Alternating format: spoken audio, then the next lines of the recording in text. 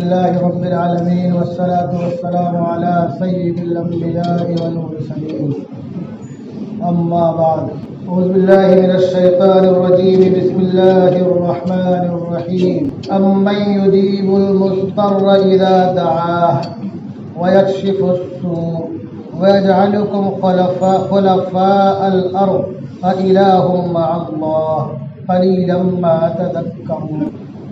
جب عشق سکھاتا ہے آداب خود آگاہی تو کھلتے ہیں غلاموں پر اسرار شہنشاہی۔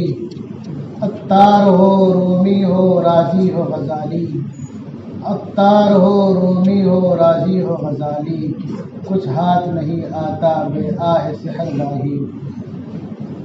حضرات محترم، آج میں آپ حضرات کے سامنے کچھ مخصوص شخصیات کی دعاؤں کے تعلق سے عرض کرنا چاہتا ہوں۔ اللہ تبارک و تعالی کی شان یہ ہے کہ اللہ تبارک و تعالی کسی کی دعا کو رد نہیں کرتا ہے۔ اگر مصلحت سمجھتا ہے تو فوراً یا کچھ دن کے لیے ٹال دیتا ہے یا ذخیرے آخرت کر دیتا ہے۔ یہاں تک کہ شیطان جب راندہ درگاہ ہوا تو اس نے کہا کہ مجھے تیرے بندوں کو بہکانے کے لیے فرصت دے دے، مہلت، تو اللہ نے اس کی بھی یہ دعا قبول فرمائی۔ یہ اور بات ہے کہ جو اللہ کے مخلص بندے ہیں اس کا داؤ ان پر نہیں چلتا ہے، کیوں؟ اللہ نے فرمایا ان کید الشیطان کان ضعیفا، کہ شیطان کا جو مکر ہے، جو فریب ہے، اس کا جو جال ہے، اس کی جو عیاری مکاری شیطنت ہے وہ بہت کمزور ہے۔ لاہور پڑھو تو اس کا ستیہ ناش ہو جائے، لیکن اخلاص کے ساتھ۔ چاروں کل پڑھو تو ہوا منصورہ ہو جائے، اخلاص کے ساتھ۔ آیت الکرسی پڑھو تو رفع چکر ہو جائے۔ لیکن یہ سب پڑھنا کیا ہے؟ اور کچھ دعائیں اللہ رسول بتائیے کہ صبح پڑھ لو، شام کو پڑھ لو، اللہ حفاظت فرمائے گا۔ اور جہاں ان کا جمگھٹا رہتا ہے، اللہ کے رسول صلی اللہ علیہ وسلم نے وہاں داخلے سے پہلے کی اور نکلنے کے بعد کی دعا کی بھی تعلیم فرمائی۔ لیکن یہ سب دعائیں اگر ہم اخلاص کے ساتھ پڑھیں گے تو پھر ایسا ہوگا۔ ہمارے اندر اخلاص صحیح نہیں ہے، ہم دعا تو پڑھ رہے ہیں لیکن کہیں اور کچھ اور سوچ رہے ہیں۔ اور اللہ تبارک و تعالیٰ تو مشرکین کی بھی دعاؤں کو سنتا ہے اور قبول بھی کرتا ہے۔ میں یہ باتیں اس لیے عرض کر رہا ہوں کہ ہمارے بہت سے لوگوں کے ذہن میں ہے، اگر کبھی بول دیا جائے دعا میں یاد رکھیں گے، مولانا آپ اللہ تعالیٰ ہر شخص کی دعا سنتا ہے، اور ایک مومن دوسرے مومن کے لیے دعائیں خیر کرتا رہے۔ اللہ کب کس کی دعا کو شرف قبولیت سے نواز دے کوئی کہہ نہیں سکتا۔ اللہ کی رحمت تو بہت وسیع ہے، وہ تو مشرکین کے دعاؤں کو بھی سنتا ہے۔ یہاں تک کہ سورہ عنکبوت کی جو آیت ہے 65 اور 66، اس کا خلاصہ کیا ہے کہ جب یہ مشرکین جب کشتی میں سوار ہوتے ہیں تو اپنے ساتھ طرح طرح کے اپنے ہاتھوں سے بنائے ہوئے، یہ عجیب بات ہے، جو رب ہوتا ہے وہ پیدا نہیں ہوتا، اور جو پیدا ہوتا ہے وہ رب نہیں ہوتا، تو اپنے ہاتھوں سے بنا کے رکھتے ہیں کہ یہ ہمارا معبود ہے، اس کی پرستش کرتے ہیں، اس کے سامنے سر جھکاتے ہیں۔ لیکن جب کشتی جو ہے بھنور میں پھنستی ہے کہ بچنے کا کوئی سہارا نہیں ہے، کوئی راستہ نہیں ہے، تو پھر اللہ کو پکارتے۔ اللہ کیا کہتا ہے؟ فَإِذَا رَكِبُوا فِي الْفُلْكِ دَعَوُا اللَّهَ مُخْلِصِينَ لَهُ الدِّينَ، کہ اللہ کو خالص ہو کر کے پکارتے ہیں، بس اللہ تو ہی سہارا ہے، تو ہی سہارا ہے، تو ہی بچاتے ہے۔ فَلَمَّا نَجَّاهُمْ إِلَى الْبَرِّ، تو جب اللہ ان کو نجات دے دیتا ہے اور پھر خشکی میں آ جاتے ہیں، سمندر سے باہر پہنچ جاتے ہیں، فَإِذَا هُمْ يُشْرِكُونَ، تو پھر وہ شرک کرنے لگتے ہیں، اپنی پرانے ڈھرے اور پرانے ڈگر پہ آ جاتے ہیں۔ تو اللہ تبارک و تعالیٰ نے تو شیطان کی بھی سنی، اور بعض حالات میں اللہ تعالیٰ مشرکین کی بھی سنتا ہے، تو اللہ تعالیٰ ہماری کیوں نہیں سنے گا؟ شرط یہ ہے کہ ہم اللہ سے اخلاص کے ساتھ مانگنے والے بن جائیں۔ سورہ نمل کی آیت نمبر 62، سورہ نمل کی آیت نمبر 62۔ میں آیت رات کا حوالہ سے دیتا ہوں، کبھی آپ کو بھی اللہ توفیق دے، قرآن کھول کے پڑھ لیا کرو، دیکھ لیا کرو۔ امن یجیب المضطر اذا دعاہ، کہ بے کس اور دکھیارے کی پکار کون سنتا ہے؟ وَيَكْشِفُ السُّوءَ، اور تکلیف کو، دکھ کو کون دور کرتا ہے؟ وَيَجْعَلُكُمْ خُلَفَاءَ الْأَرْضِ، اور تمہیں زمین میں ایک دوسرے کا جانشین کون بناتا ہے؟ وہ کون ہے؟ وہ اللہ ہے۔ الہ مع اللہ، کیا اللہ کے ساتھ کوئی دوسرا معبود ہے؟ قلیلا ما تذکرون، بہت تھوڑا تم لوگ نصیحت پکڑتے ہو، پورا نہیں پکڑتے ہو۔ تو اللہ تبارک و تعالیٰ دکھیارے، بے کس، بے سہارا، پریشان حال، مجبور کی فریاد کو، اس کی دعا کو سنتا ہے اور سننے کے لیے بیٹھا ہے۔ شرط یہ کہ ہم اخلاص کے ساتھ مانگنے والے بن جائیں۔ حافظ ابن عساکر نے ایک واقعہ لکھا، بہت عجیب واقعہ ہے، کہ ایک شخص جو ہے دمشق سے زیدان، اس کے پاس ایک خچر تھا، اور خچر کو کرائے پہ چلا کے کمائی کرتا تھا، روزی روٹی کا انتظام ہو جاتا تھا۔ تو ایک شخص جو ہے کرائے پہ لیا، اس نے لے کے چلنے لگا۔ تو جب ایک جگہ پہنچا جہاں دو راستے تھے، ایک وہ راستہ جو یہ جانتا تھا جس پہ آتا جاتا تھا، ایک دوسرا راستہ جو پتہ نہیں کہاں جاتا تھا۔ تو مسافر نے کہا کہ اس راستے پہ چلو، کہا نہیں تو میں کبھی گیا نہیں ہوں، یہ تو انجانا راستہ، کہا نہیں اسی پہ چلو۔ اس نے مجبور کر دیا اس راستے پر چلنے کے لیے۔ اب وہ جب اس راستے پر چلنے لگا، آگے جا کے دیکھتا ہے جنگل ہے، پھر آگے جا کے دیکھتا ہے لاشیں پڑی ہیں، سب سڑی گئی ہڈیاں، تو گھبرا گیا۔ تو اس آدمی نے کہا روک، خچر روکو، خچر روکا۔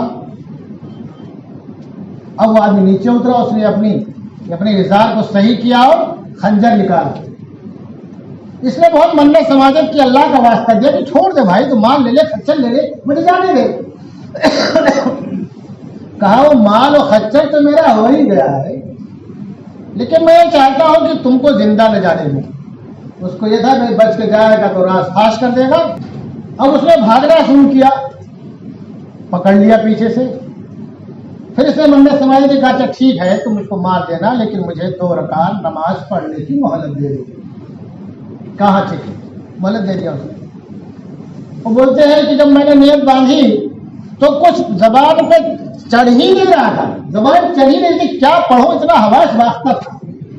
لیکن اچانک یہی آیت ہمارے زبان پہ جاری ہو گئی، یہی آیت زبان پہ جاری ہو گئی کہ تھوڑی دیر میں ہم نے دیکھا کہ ایک شخص بہت تیزی کے ساتھ نیزہ لیے ہوئے آیا اور اس ڈاکو کے سینے میں پیوست کر دیا اور وہ ہلاک ہو گیا۔ اور وہ جانے لگا تو ہم نے پکڑ لیا، کہا بتاؤ تم کون ہو؟ کہا جس کو تم نے پکارا ہے نماز میں اس نے مجھے بھیجا ہے۔ تو بے کس دکھیارے کی فریاد تو ایسے وقت اللہ تبارک و تعالیٰ سنتا ہی ہے، شرط یہ کہ ہم خلوص کے ساتھ مانگیں۔ امام بخاری رحمۃ اللہ رحمۃ واسعہ کو کون نہیں جانتا ہے؟ دنیا کا میرے خیال سے کوئی بہت ہی ایسا مسلمان ہوگا جو کبھی مسجد وغیرہ میں نہ آتا ہو، الگ بات نہ جانتا ہو، ورنہ دنیا کے سارے جس نے بھی کلمہ پڑھا ہے وہ امام بخاری کے نام سے تو واقف ہی ہے۔ ان کی زندگی نہ جانتا ہو، ان کی کاوش اور محنت کو، قربانی کو نہ جانتا ہو، لیکن ان کا نام ضرور جانتا۔ ان کے والد کا نام تھا اسماعیل، بڑے نیک تھے، محدث تھے۔ ان کی ولادت کے کچھ دن بعد مطلب ان کے بچپنے ہی میں والد صاحب کا انتقال ہو گیا۔ لیکن اس ہمارا سن لو، یہاں رک کر کے جملہ سن لو۔ انتقال کے وقت احمد بن حفص ان کے پاس موجود تھے، تو انہوں نے کہا احمد بن حفص سے، اس میں ہمارے لیے سبق ہے۔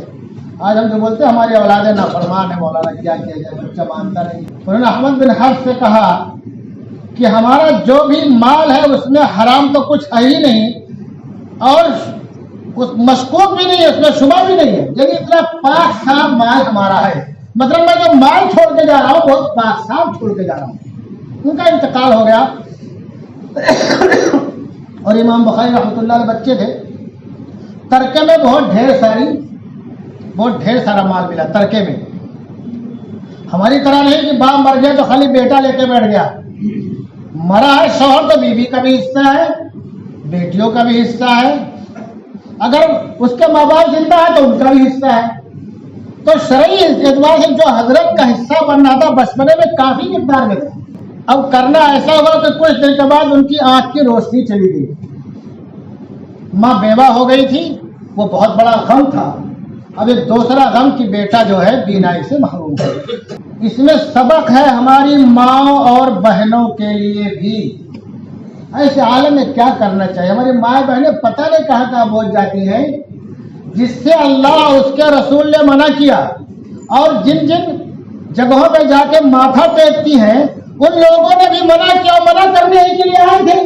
کیا کرنا چاہیے؟ امام بخاری کی والدہ نے کیا کیا سنو مسلمانوں، ہماری ماں بہنوں کو بتاؤ آتے ہیں.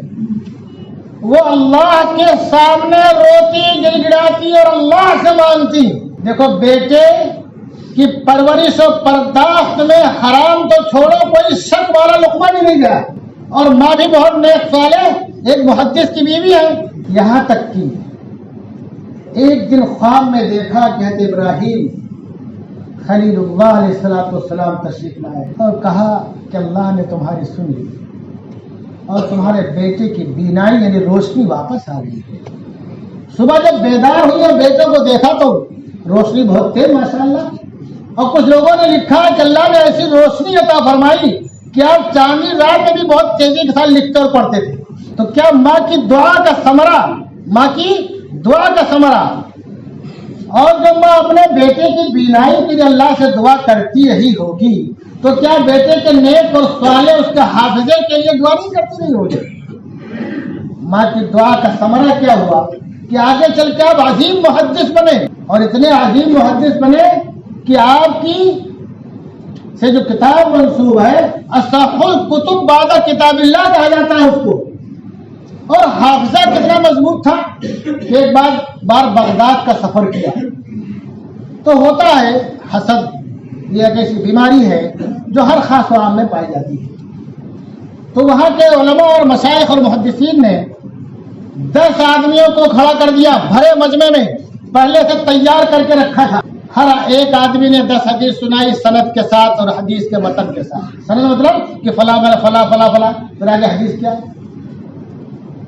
تو حدیث میں بھی خلط ملط کر دیا، اور سند یعنی جو سلسلہ تھا شجرہ اس میں بھی خلط ملط کر دیا. 10 حدیث سنائی تو آپ نے کہا میں نہیں جانتا ہوں. دوسرے جو سنے کہا میں نہیں جانتا ہوں. تیسری 10 کے بارے میں آپ نے کہا میں نہیں جانتا ہوں. تو عوام کے دل میں دماغ میں بات ہے کہ اتنا بڑا محدث ہے تو کچھ حدیث جانتا ہی نہیں ہے. عوام کو کیا معلوم کہ یہ سب سیٹنگ کر کے لائے گئے ہیں حضرت کو نیچے دکھانے کے لیے. عوام کو نہیں معلوم ہے. تو جن لوگوں نے حضرت کو نیچے دکھانے کے سیٹنگ کے انہیں کو معلوم تھا نا. اب بعد میں جب 10 پڑھ چکے کہہ چکے تو حضرت نے کہا سنو، پہلے نے جو پہلی حدیث پڑھی ایسی پڑھی ہے وہ حدیث ایسی ہے، سند یہ ہے، متن یہ ہے. ایسے 10 لوگوں نے جو 100 حدیثیں سنائی 10 کر کے، سب کے سند اور متن کو پہلے جو غلط کیا تھا انہوں نے اس کو پڑھا، بعد میں صحیح پڑھ کے سنایا. علامہ ابن حجر اسقلانی نے فتح الباری میں لکھا کہ حدیث آپ کو سند و متن کے ساتھ یاد تھی. یہ تعجب کی بات اس لیے نہیں ہے کہ آپ حافظ حدیث تھے، لیکن 10 لوگوں نے جو 10 حدیثیں سنائی سند اور متن کے ساتھ، آپ نے جیسے انہوں نے الٹی سیدھی سنائی آپ نے تو کافی ویسے ہی ذہن میں بٹھا لیا اور پھر سنا دیا ویسے ہی کہ تم نے ایسا پڑھا تھا غلط پڑھا تھا، تم نے ایسا پڑھا تھا غلط پڑھا. صحیح ہے. یہ بہت اچنبھے کی بات ہے. یعنی اللہ نے حافظہ اتنا مضبوط دیا تھا. تو ماں کی دعاؤں کا ثمرہ کہ بچپنے میں جو بینائی گئی واپس آ گئی، اور اللہ تبارک و تعالیٰ نے عالم اسلام کے لیے آپ کو آفتاب و ماہتاب بنایا. دعا جو ہے کتنی کارگر ہوتی ہے. حضرت موسیٰ علیہ نبی علیہ السلام کے تعلق سے کون نہیں جانتا ہے. حضرت موسیٰ علیہ السلام نے اللہ سے عرض کیا کہ اے بار الہ، جنت میں ہمارا ساتھی کون ہوگا یا ہمسایہ کون ہوگا؟ تو اللہ نے فرمایا فلا قصاب. حضرت کے ذہن میں کیا تھا کوئی پیغمبر یا کوئی ہمارا ساتھ رہنے والا. تو آپ اس کا پتہ پوچھ کے اس کی دکان پہ پہنچے، دیکھا کام میں لگا ہے. اس سے کہا کہ مجھے اپنا مہمان بنا. کہا ٹھیک ہے. اور جب شام ہوئی تو اس نے گوشت کا ٹکڑا لیا اور گھر پہ آیا. آپ بھی گھر پہ آ گئے ساتھ میں، اور اس کو باریک کیا، باریک کر کے اس کو بڑھیا سے بنایا اور بنا کر کے پھر حجرے میں گئے. آپ بھی پیچھے پیچھے حجرے میں گئے. تو اس نے بوڑھی ماں کو اٹھایا, سلام کیا, اٹھایا, اور پھر ان کو اس کے ٹکڑے اس میں روٹی ڈال کے باری باری ٹکڑے کی کھلایا. اور کھلانے کے بعد ماں کا منہ پوچھا, صاف کیا, پھر لٹایا, پھر ماں کے پیر دبائے.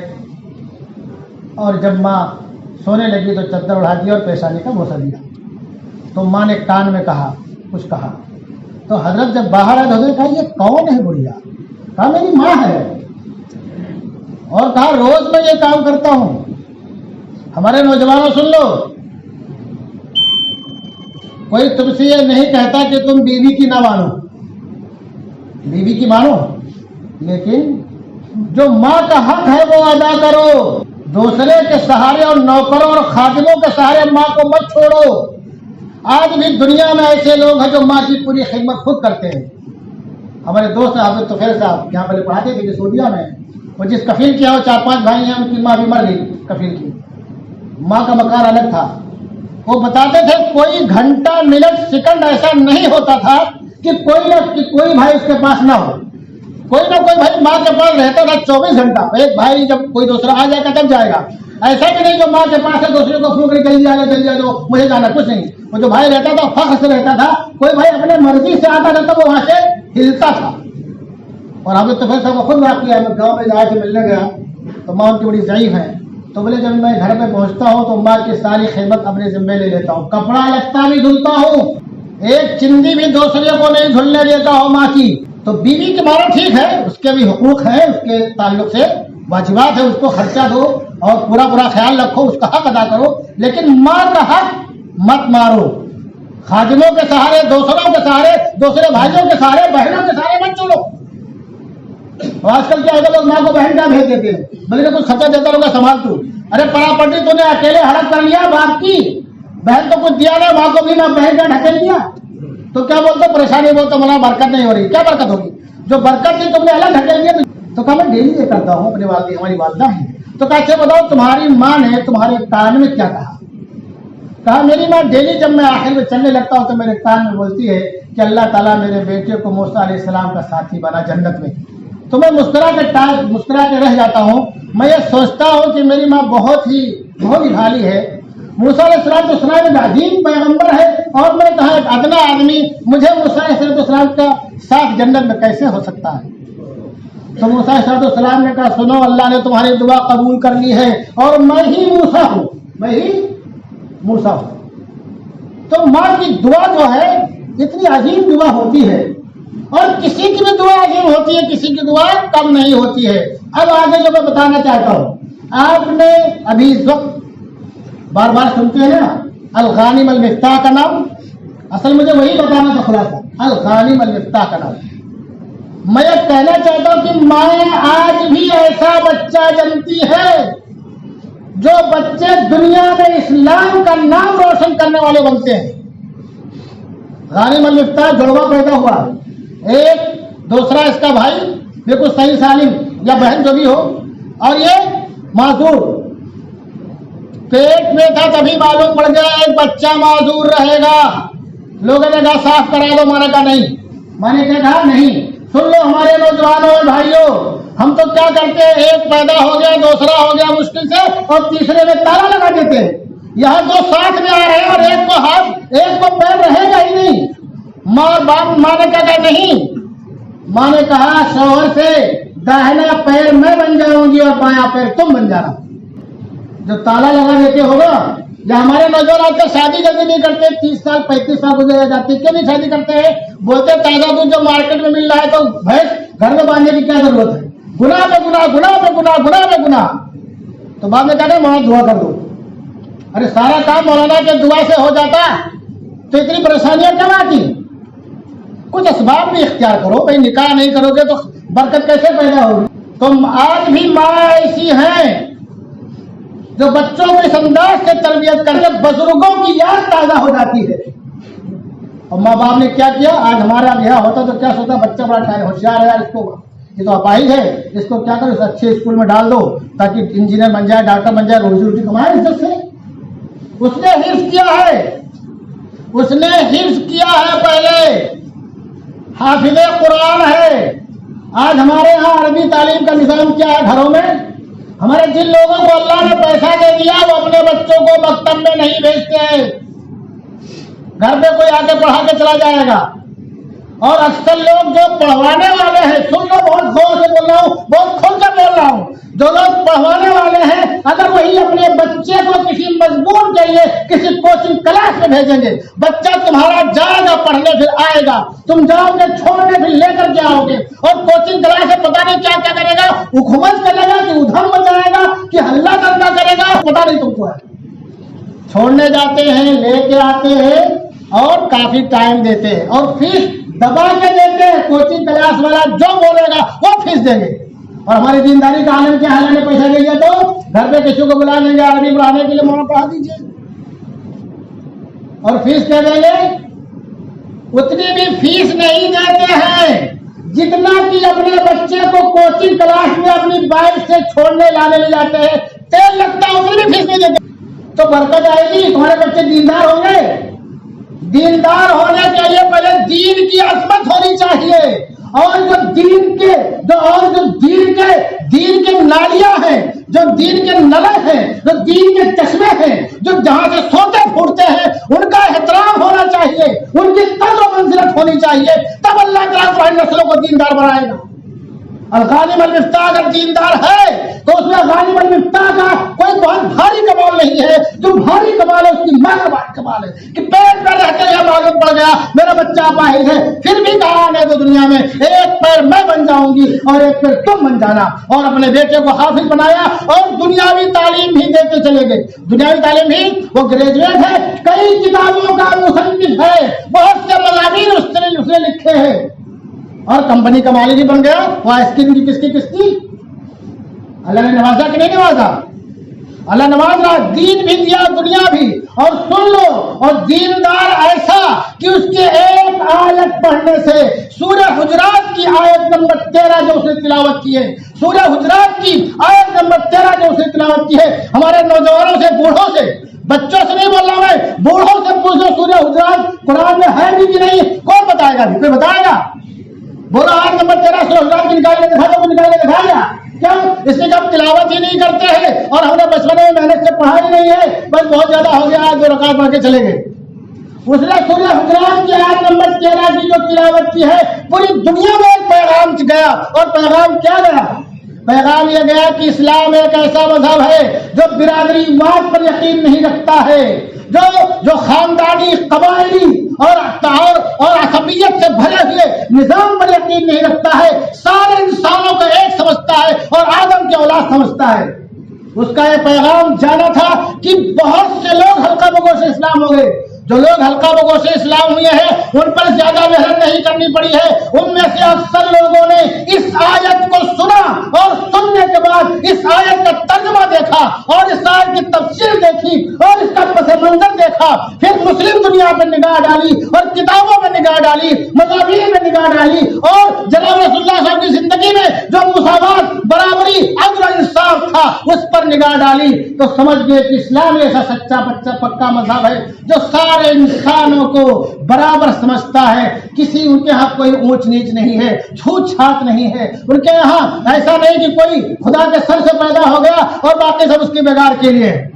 دوستوں میں خالی یہ کہنا چاہتا ہوں کہ آج بھی ہماری مائیں بزرگوں کی مثالیں پیدا کر سکتی ہے، شرط یہ ہے کہ ہم نیک بنے، صالح بنے، دعا کرنے والے بنے، اور دین کی، قرآن کی اور رسول اللہ کی عظمت اور محبت ہمارے دل میں بیٹھ جائے تو یقیناً آج بھی ایک فرد فرید ایک علاقے کے لیے اکیلے کافی ہوگا اللہ کے کلمے کو بلند کرنے کے لیے، قرآن کے پیغام کو عام کرنے کے لیے، رسول اللہ صلی اللہ علیہ وسلم کی زندگی کو عام کرنے کے لیے۔ اللہ تبارک و تعالی ہم تمام لوگوں کو اور ہماری نسلوں کو اور خاص طور سے ہمارے جوانوں کو اپنے وقت کا الغانم المفتاح بنائے اور اعلاء کلمت اللہ کے لیے منتخب فرمائے، چہاردار عالم میں ہمارے نوجوانوں کا نام روشن ہو اور اسلام کے کلمے کو بلند کرنے والے بنے۔ ہمارے الا البلاغ۔